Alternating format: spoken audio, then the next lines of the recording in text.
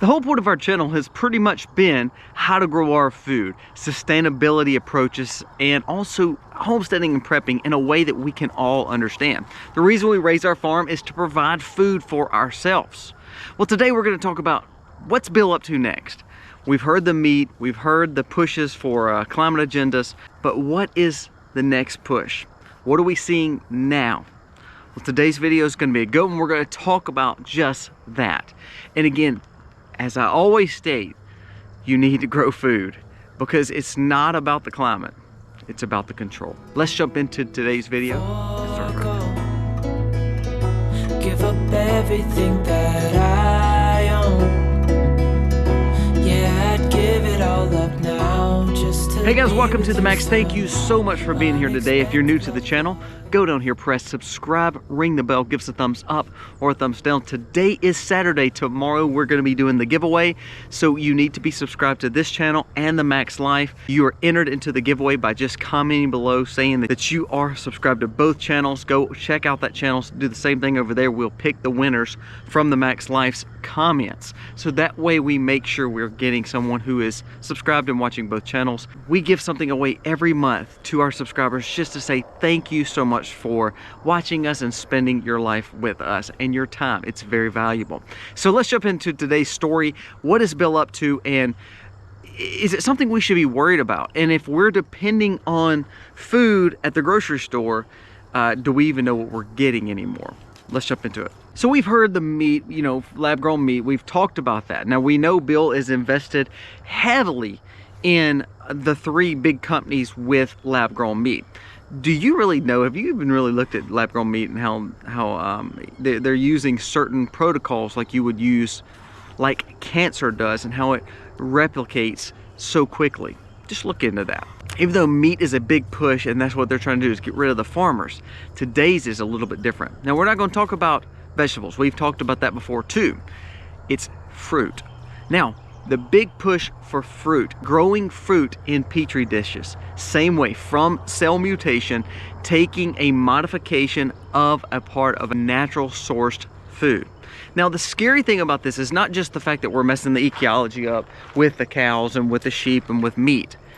If we take out the fruits, think about this, how are pollinators going to take care of the world? How are we going to see growth? How are we going to see blooms? How are we going to see other flowers, other medicinal benefits? Are we going to see the insect population go down? So if we have no fruits, or they're getting rid of the fruits and they're growing them in petri dishes now, there's no need for the pollination. Well, there's no need for the insects. Well, if there's no need for the bees and other pollinators, that means the food sources will go drastically down for the farmer because it depends on the insects to take care of the food. It's part of the natural ecology, the natural environment. It's kind of like these animals. They've been here way longer than us. Why do we think that they're not worthy of being here anymore to feed us?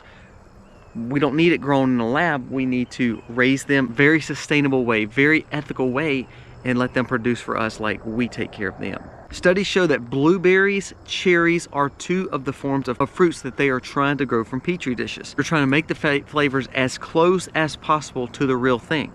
I go back and say this again, same way with meat. They want GMO modified version of all this stuff put in a petri dish to all of a sudden taste like meat.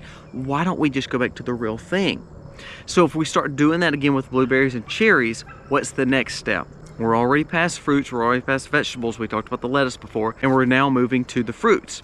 Now, like I told you about the bee population and the environment, how it actually affects it more and more.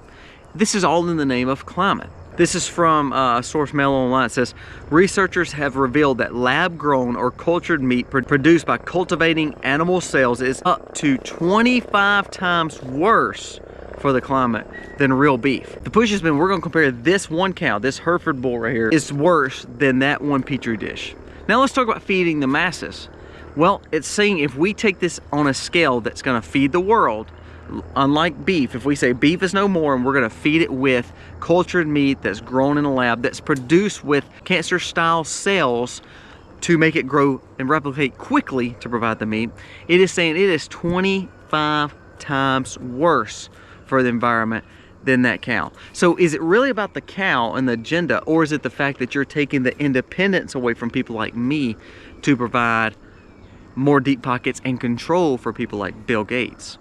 That's what we're really looking at. It's not the climate, it's the fact of the agenda and the control of the food system. Your common trees, your common grasses, your common flowers, your vegetables, if they're not getting that cross-pollination, because you're taking that away from the typical bees and all the other pollinators, you're putting it in a lab, you're growing it with very modified cells that is now producing health problems for America, which is now getting us more involved on the pharmaceutical side.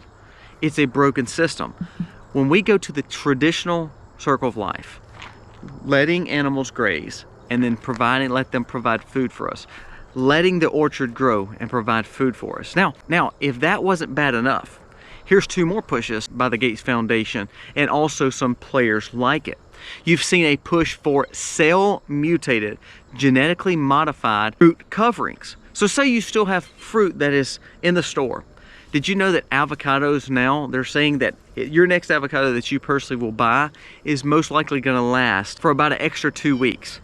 Now, is that meant to happen? No, remember, when it comes to fruits, it has a natural preservative on it. The whole point of oranges, apples, meant to have a preservative method that is naturally occurring. But the problem is, because people are not growing as much, because we're shipping it across the world, because most people are not doing anything about their own food system, we're needing to add more layers of coating, more waxes on the apples, more protective oil-based, GMO-based protective coatings that is, again, formed in labs. Again, so we're now taking a healthy fruit and we're making it unhealthy. Did you know that they said that apples that we're eating in America, that most countries still have them banned because of what we're putting on our apples? Have you ever walked in the store and went to the organic apple section and those apples look lackluster, they're not shiny, they look like they're about to go bad? Well, it's because that's natural. It's supposed to go bad after a certain amount of time, compared to the apples on the other side. In the regular conventional section, they're shiny, they're pretty, they're glossed over. That glossing is actually making that apple very unhealthy for you. I made this reference before. When I milk these cows, so this is a beef cow, but you see the other ones behind it, those are Jerseys and a Holstein. When I milk those cows every morning at 4 a.m., I go in, I go through a strainer, into a bucket, into the fridge. The quicker the better, because I want to harvest the cream off of it when it rises to the top, and I want to have the milk to drink. Now that cream and milk needs to go into the fridge as quick as possible, because it's coming out of the cow about 100 degrees and it needs to get cooled off as quick as possible so it lasts longer. It is natural, but guess what? No additives, no preservatives, nothing done to it, no pasteurization, pure raw dairy milk, and it lasts about 5 to 7 days where it starts tasting a little different after that. It doesn't go rancid. You know, raw milk doesn't really have a putrefaction like as in a smell like bad milk at the store, spoiled milk, but it does get clabbered, it does get bad. That is 5 to 7 days. However, if you go to any grocery store, you're buying a thing of milk, it's lasting 4 to 5 weeks past the time you buy it, and it's already been out of the cow for however many days or weeks.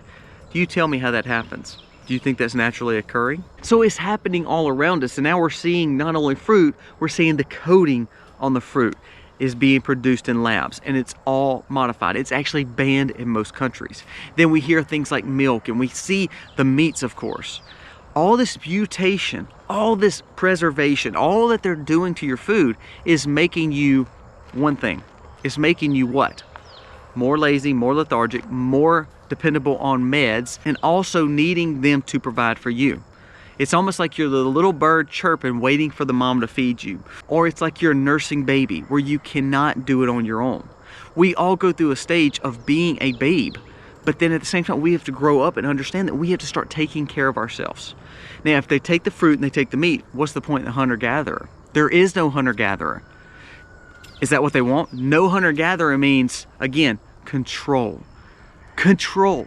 It's not about please when all these people, they'll comment and they'll say, it's all about the climate. We're saving the climate when we're not using fossil fuels. We're saving the climate when we're not doing cow processing. We're saving the climate when we're now producing food in a petri dish. It's actually not. Do your own research and realize that it's actually costing more of the climate when we take the natural way of life and the natural environment that we have been blessed with because of God, and we say we can do it better. Then it starts actually harming us, harming our environments, harming the whole way of life, and then we are now broken, we're on heavier meds. And what does that actually mean? It means the people who made the food is now telling you it's good for you, who is now giving the pharmaceuticals to provide for you. They're controlling the whole process. So then what do? We say, oh, well, you know, I don't want lab grown meat, but then we will go and buy Twinkies, we will go buy fast food hamburgers. You're doing the exact same thing. If you're not buying the global style agenda climate food and all the petri dish GMO stuff, you're buying bioengineered food or heavy preservative food, which is still putting you in that non-hunter-gatherer mindset. And it's also putting the fact that you are dependent on them to provide you food that is not quality high food. That is not good quality food. A lot of the junk foods that we eat, a lot of the fast foods that we eat, did you realize that a lot of that in America is banned across the world? Again, we want convenience, but actually with that convenience, it is going to cost you your health.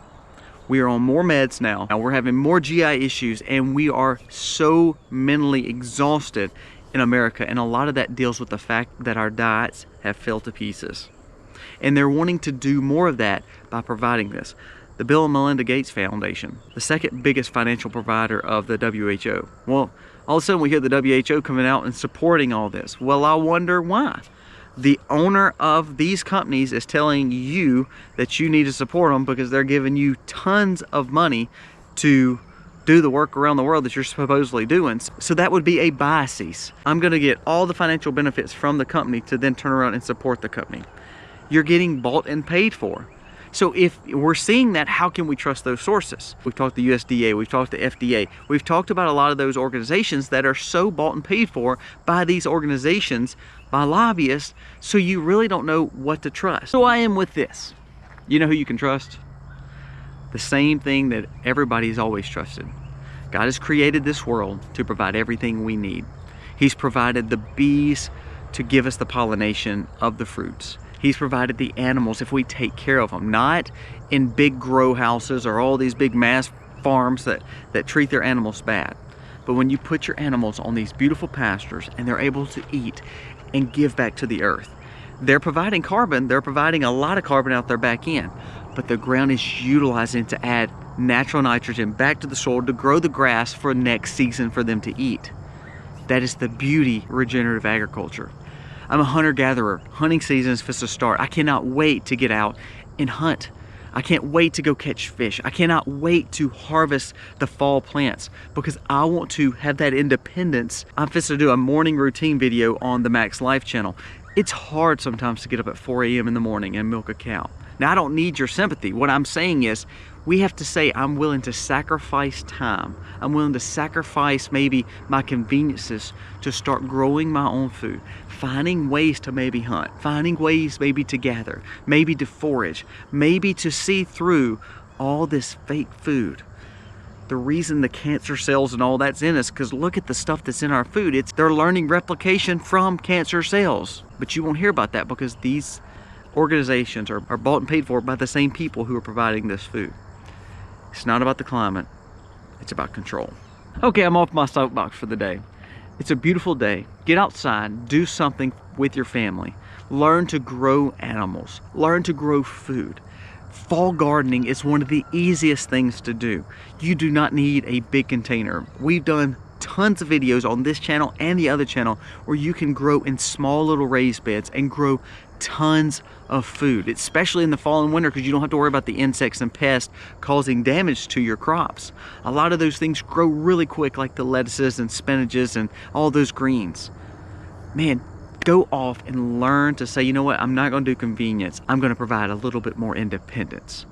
And that is the key to regenerative ag, but also being the hunter-gatherer that you're supposed to be, being the person to take care of your family that you're supposed to be, and not dependent just on the system to provide it. Guys, thank you so much for watching. Comment below and let me know what you think about this video.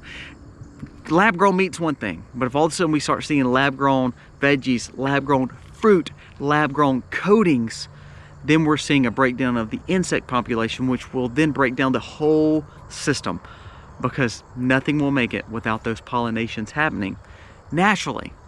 But we're moving to GMO, we're moving to self-pollinators, we're moving to lab-grown things, and therefore you're moving to a better control environment, not a better climate. Guys, thank you for watching. God bless. Happy homesteading, y'all. And I've come out here to say